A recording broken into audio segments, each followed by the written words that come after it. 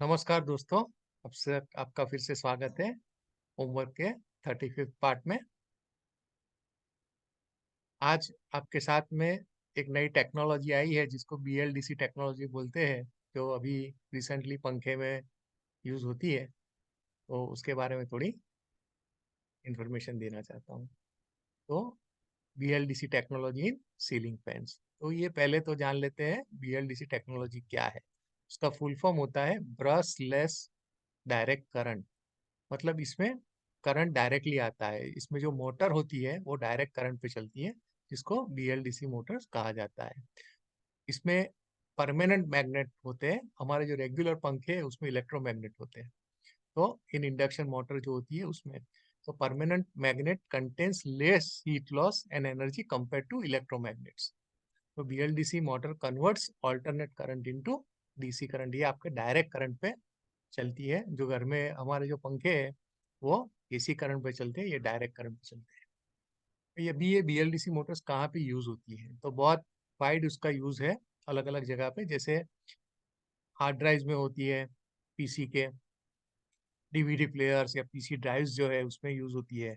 और ये टेक्नोलॉजी अभी फैन में आई है to save electricity bills and to control it speed with remote. ये आप देख लो थोड़ा। ये है बीच में मैग्नेट है और यहाँ पे स्टेटर है, ये रोटर है, ये घूमता रहता है बीच में। तो इस तरह से ये काम करता है। अभी हमको बीएलडीसी टेक्नोलॉजी वाले पंखे क्यों यूज करने चाहिए? तो सबसे पहला तो ये बहुत कॉस्ट इफेक्टिव है, क्योंकि ये पावर बहुत कम कंज्यूम करता है रेगुलर फैन के कंपैरिजन में। और इसीलिए सभी फैन मैन्युफैक्चरिंग कंपनीज है, उन्होंने ये energy efficient fan BLDC motor के द्वारा बनाने चालू कर दिए और उसको रिप्लेस कर दिया है अपने पुराने ट्रेडिशनल फैन से। ये पंखे को स्मार्ट फैंस या साइलेंट फैन भी कहते हैं। नॉइजलेस फैंस भी कहते हैं, क्योंकि ये कभी आवाज नहीं करता और उसको रिमोट से आप कंट्रोल कर सकते हो। सो रेगुलेटर इज नॉट रिक्वायर्ड। आपको जो घर में पंखे का रेगुलेटर है उसका बिल्कुल जरूरत नहीं होता है। They don't have carbon brush, so maintenance is also very less. उसमें कहीं पे आपका मेंटेनेंस भी बहुत कम आता है। तो देखिए उसके एडवांटेजेस क्या है। तो एक तो है इलेक्ट्रॉनिक कंट्रोल है, तो परफॉर्मेंस ज़्यादा देता है। दूसरा, no chance of motor to burn. जो मोटर हमारी जल जाती है कभी गर्म होके पंखे में, वो कभी होगा नहीं। सो उसका लॉन्ग लास्टिंग लाइफ हो जाता है, करीबन 20 साल इसका लाइफ रहता है। फ्रिक्शन नहीं होता। ब्रश ब्रश से जो फ्रिक्शन होता है वो यहाँ पे नहीं होता है, तो नॉइस अपने आप ही कम हो जाता है। टॉर्क बहुत अच्छा मिलता है, तो परफॉर्मेंस उसका हाई रहता है। इलेक्ट्रोमैग्नेटेड जो होता है सेंटर में नहीं है, तो गर्म होने का सवाल ही नहीं। ये पंखे चलने पे कितने भी घंटे चलाओ कभी गर्म नहीं होते। हमारे रेगुलर फैन से आप हाथ लगाओगे उस पर तो आपको गर्म लगेगा कुछ घंटे चलाने के बाद। दूसरा, ये सबसे इंपॉर्टेंट पॉइंट है, सेव 55% पावर।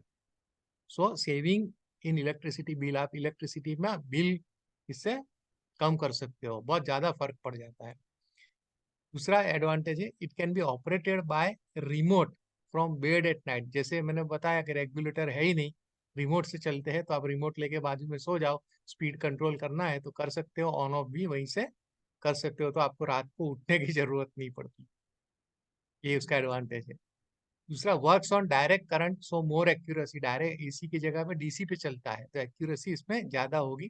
दूसरा, जो हमारे रेगुलर पंखे में प्रॉब्लम होता है, कैपेसिटर चेंज करना पड़ता है या कॉपर कॉइल का जो वाइंडिंग है वो जल जाता है, तो इसमें ये कभी प्रॉब्लम होगा ही नहीं। कॉपर ऑयल वाइंडिंग का तो गर्म ही नहीं होता।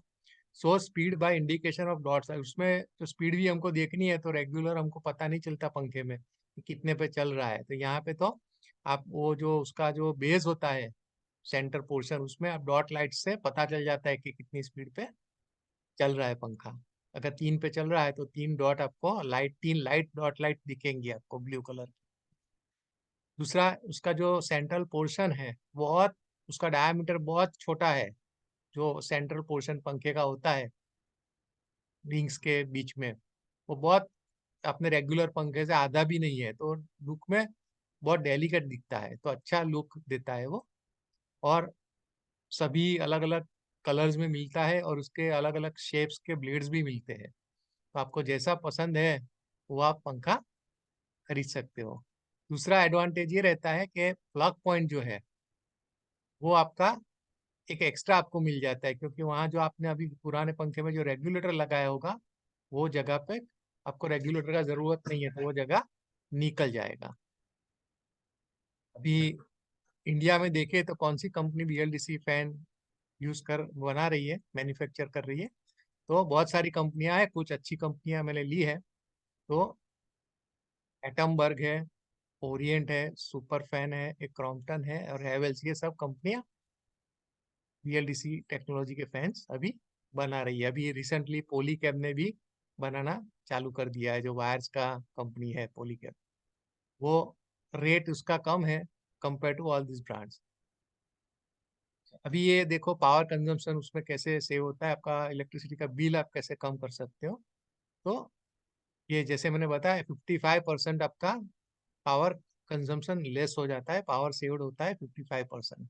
तो यहाँ पे देखो एक एग्जांपल लिया है कि नॉर्मली जो हमारा ऑर्डिनरी सीलिंग फैन है वो 80 वोट का होता है, 75 to 80 वोट्स, या 80 वोट्स लिया है मैंने। 80 वोट्स अगर आप मान लो 8 घंटा दिन में चलाते हो दिन का, तो आपका कंजम्पशन होगा 640 वॉट्स।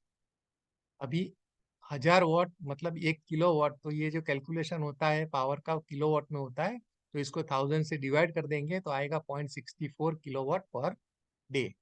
अभी एक महीने का आप देखो एक ही पंखा चला रहे हो तो आपका रोज का कंजम्पशन है 0.64 इंटू 30, तो 19.2 किलो वोट आपका पावर कंजम्पशन होता है एक पंखे का।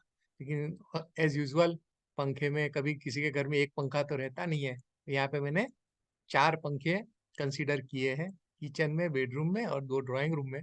क्या 2 बेडरूम, एक ड्राइंग रूम और किचन में 4 पंखे लिए हैं, तो 4 पंखे का जो हो जाता है पावर कंजम्पशन वो 19.2 इंटू 4, दैट इज 76.8, करीबन समझ लो 75 किलो। और इलेक्ट्रिसिटी बिल जो है 7 रुपये हिसाब से पकड़ लो। ये तो मैं कम गिन रहा हूँ, अभी जो लेटेस्ट आपका जो बिल आ रहा होगा वो 8 साढ़े 8 रुपये तक का होता है। तो जस्ट ये तो एवरेज के लिए दिखाया है, ऐसा नहीं है कि डिफरेंस ज़्यादा दिखाने के लिए बिल भी बहुत हाई लिया है। तो 7 रुपये गिनो, तो 76.8 इंटू 7 मतलब 537। ये आपका रेगुलर पंखे का करीबन 550 रुपया, 4 पंखे आप घर में चलाते हो तो इतना बिल आता होगा। ये कैलकुलेशन है 4 पंखे, 12 8 घंटे आप चलाओ। वैसे तो कई बार 12 घंटे भी चलते हैं समर में, तो लेकिन यहाँ विंटर में कम चलते हैं, तो मैंने एवरेज 8 घंटे का ही लिया है। अभी ये बीएलडीसी फैंस में देखो वो खाली 35 वॉट कंज्यूम करता है 80 की जगह। तो 35 वॉट्स इंटू 8 आवर्स, तो मतलब 280 वॉट्स, मतलब 0.28 किलो वॉट पर डे। तो पूरे महीने का कितना हो गया, 0.28 into 30, that is 8.4 kilo watt per month. तो ऐसे हम 4 पंखे कंसीडर कर लेते हैं, तो 8.4 इंटू 4 मतलब 33.6 किलो वॉट। तो इलेक्ट्रिसिटी जो बिल है अगर 7 रुपये इसका भी हिसाब से गिने तो 33.6 इंटू 7 मतलब 235 मतलब ये कहाँ पे, कहाँ 550 रुपये और कहाँ 250 रुपया। तो करीबन ये आपका 300 रुपये का सेविंग हो गया पंखे में, लाइट बिल में हर महीने। खाली आपने पंखे चेंज कर दिए उसमें, दूसरा कुछ नहीं करना है आपका, कम यूज नहीं करना है, उतना यूज करो। तो saving in electricity bill per year कितना हो जाएगा, महीने का 300, तो एक साल का करीबन 3600 रुपया आप ऐसे ही बचा सकते हो। तो एक नया पंखा डाला है खर्चा करके, तो एक साल में तो वो फ्री हो जाएगा। ये करीबन 3 4 हजार रुपये में ही मिलता है ये पंखा। सिमिलरली अपना जो ऑर्डिनरी ट्यूबलाइट है, फ्लोरोसेंट ट्यूबलाइट, वो 50 वोट कंज्यूम करता है, जिसमें 40 वोट ट्यूब का होता है जो डंडी होती है पुराने, और 10 वोट होता है चोक का। अगर इसको हम एलईडी ट्यूबलाइट से रिप्लेस कर दे, वो 18 20 वोट की, हम 20 वोट की भी गिने, तो भी हमको 60% पावर कंजम्पशन होता है और लाइट भी वो ज़्यादा देता है।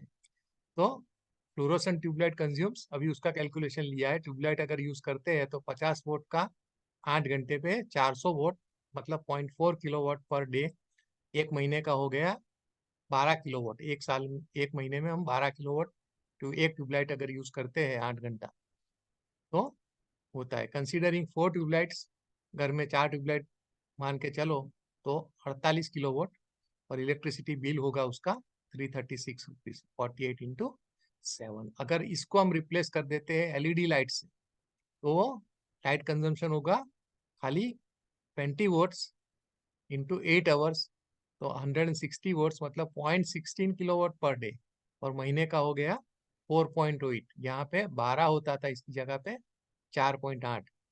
Considering 4 LED lights in house, तो 4.8 इंटू 4 दैट इज 19.2 किलोवाट, और इलेक्ट्रिसिटी बिल 7 रुपीज के हिसाब से 134 रुपीज। तो ये भी यहाँ पे भी करीबन आपका 200 रुपया कम होगा, 336 और 136, ये देखो तो 200 रुपया कम हो गया। तो ये भी आपका महीने में 200 रुपया कम हो गया, तो साल में कितना कम होगा? 200 इंटू 12, तो 2400 रुपया साल का। तो टोटल आपका सेविंग, अगर फैन और ट्यूबलाइट हम रिप्लेस कर देते हैं तो टोटल आपका 3600 प्लस 2400, मतलब 6000 रुपया एक साल में आप बचा सकते हो खाली ये रिप्लेस करने से।